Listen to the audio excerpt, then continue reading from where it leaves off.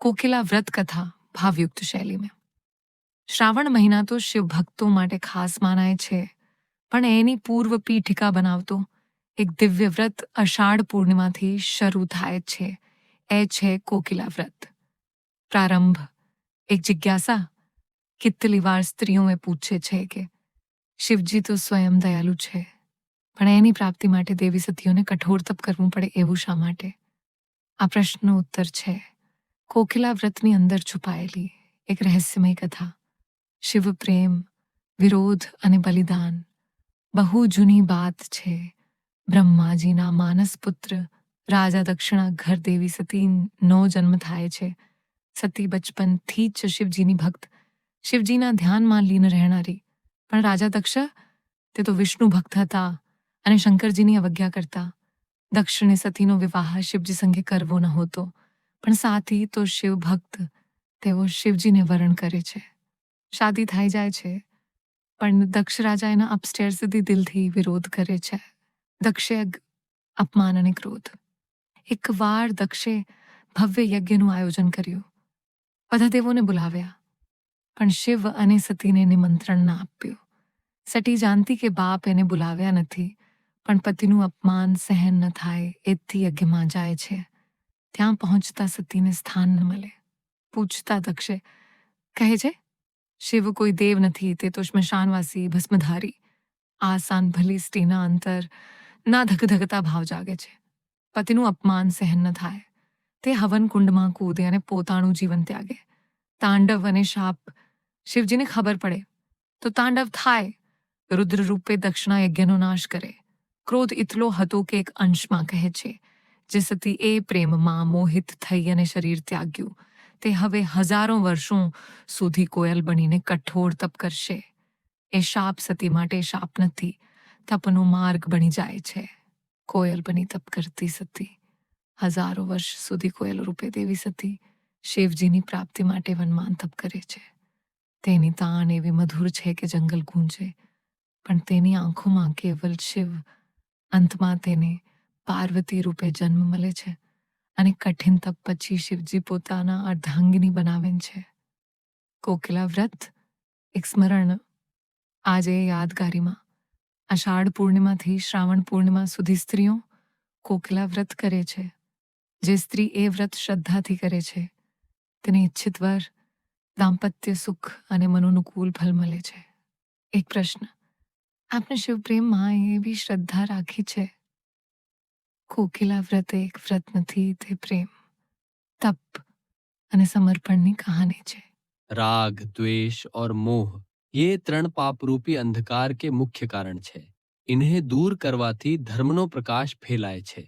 રાતના પહેલા પ્રહરમાં બધા જાગે, બીજા પ્રહરમાં ભોગી જાગે, ત્રીજા પ્રહરમાં ચોર જાગે અને ચોથા પ્રહરમાં યોગી જાગે. યોગ અને ભોગ બંને એક જ છે. વ્રતી જ્યારે સાધનાની ચરમસીમા પર પહોંચી જાય છે, ત્યારે યોગની સીમા આવી જાય છે. એના મન મોહથી મુક્ત થઈ જાય છે. મોહની ક્ષણ પણ ચારિત્ર્યથી જીતી શકાય છે. મોહની ક્ષણ તો બધાના જીવનમાં આવે છે. કામાસક્તિ સંસારનું મોટું આકર્ષણ છે. શ્રી કૃષ્ણ ભગવાન સ્ત્રીઓના સંગમાં રહીને પણ કામને જીત્યું હતું અને નૈષ્ઠિક બ્રહ્મચર્ય વ્રત રાખ્યું હતું. શ્રીરામ કહે છે, ભગવાન જે બધા પાપોનું ક્ષય કરે અને બધા દુઃખોનું નિવારણ થાય એવા વ્રતોમાં ઉત્તમ વ્રત કયું છે, એ હું સાંભળવા ઈચ્છું છું. વશિષ્ઠજી બોલે, શ્રીરામ, તમે ઘણી ઉત્તમ વાત કરી. માનસ તમારું નામ લે એટલા જથી પાપ માટે શુદ્ધ થઈ જાય. પણ લોકહિતની ભાવનાથી હું તમને એક પવિત્ર વ્રત વિશે કહું. વૈશાખ મહિનાના શુક્લ પક્ષની જે એકાદશી આવે છે, એનું નામ મોહિની છે. એ બધા પાપોનું નિવારણ કરનારી છે. એ વ્રતના પ્રભાવથી માનસ મોહજાલ અને પાપોના સમૂહથી મુક્ત થઈ જાય છે. સરસ્વતી નદીના રમણીય કિનારે ભદ્રાવતી નામની એક નગરી હતી. ચંદ્રવંશમાં ઉત્પન્ન થયા ધૃતિમાન રાજા ત્યાં રાજ્ય કરતે. એ નગરીમાં એક વૈશ્ય રહેતો હતો, ધન ધન્યથી પરિપૂર્ણ અને બહોત પુણ્યાત્મા. એનું નામ હતો ધનપાલ. એ પુણ્યકામમાં મગ્ન રહેતો. પ્રજાના હિત માટે એ પરબ, તલાવ, કુવા, ધર્મશાળા અને બગીચાઓ બનાવડાવતો. શ્રી વિષ્ણુની ભક્તિમાં એનો ગહેર અનુરાગ હતો. એ શાંત પ્રવૃત્તિ નો હતો.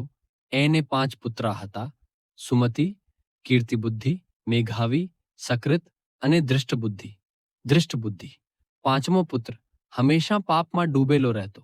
જુવાનો, વેશ્યાસો સાથે રહેવાની આદત હતી. દેવપૂજન, પિતરો અને બ્રાહ્મણોની સેવામાં મન ન લાગે. પિતાનું ધન બરબાદ કરતો. એક દિવસ એ વેશ્યાના ગલામાં હાથ મૂકીને ચોવાટે ફરતો દેખાયો. ત્યારે પિતાએ એને ઘરમાંથી કાઢી મૂક્યો. બધા બાંધવો એનો પરિત્યાગ કરી દીધો. એ હવે દુઃખ અને શોકમાં ડૂબી ગયો. અનેક કષ્ટો ભોગવતો ભટકી રહ્યો. એક દિવસ પુણ્યના પ્રભાવથી એ મહર્ષિ કૌંડિન્યના આશ્રમ પહોંચે. વૈશાખ મહિના હતો. ઋષિ કૌંડિન્ય ગંગાજલથી સ્નાન કરીને આવ્યા. દૃષ્ટબુદ્ધિ શોકથી ગ્રસ્ત થઈને મુનિવર પાસે ગયો અને હાથ જોડીને બોલ્યો, બ્રાહ્મણદેવ, કૃપા કરો, એવા કોઈ વ્રત કહો જેના પુણ્ય પ્રભાવથી મારી મુક્તિ થાય. કૌંડિન્ય બોલે, વૈશાખ શુક્લ પક્ષની જે મોહિની નામની એકાદશી છે એ વ્રત કર, ઉપવાસ કરજે. એ દિવસે જે પુણ્ય થાય છે એથી મેરુ પર્વત જેવા પાપો પણ નષ્ટ થઈ જાય છે. વશિષ્ઠજી કહે છે, શ્રીરામ મુનિના વચનો સાંભળીને દૃષ્ટબુદ્ધિનું ચિત્ત પ્રસન્ન થઈ ગયું. એને વિધિપૂર્વક મોહિની એકાદશીનું વ્રત કર્યું. રાજાઓમાં શ્રેષ્ઠ એ નિષ્પાપ બની ગયો. દિવ્ય દેહ ધારણ કરી ગરુડ પર આરૂઢ થાયને શ્રી વિષ્ણુનું ધામે ગયો. મોહિની એકાદશી વ્રત અતિશય ઉપયોગી છે. જે વાંચે અને સાંભળે એને 1000 ગોદાનનો ફલ મળે.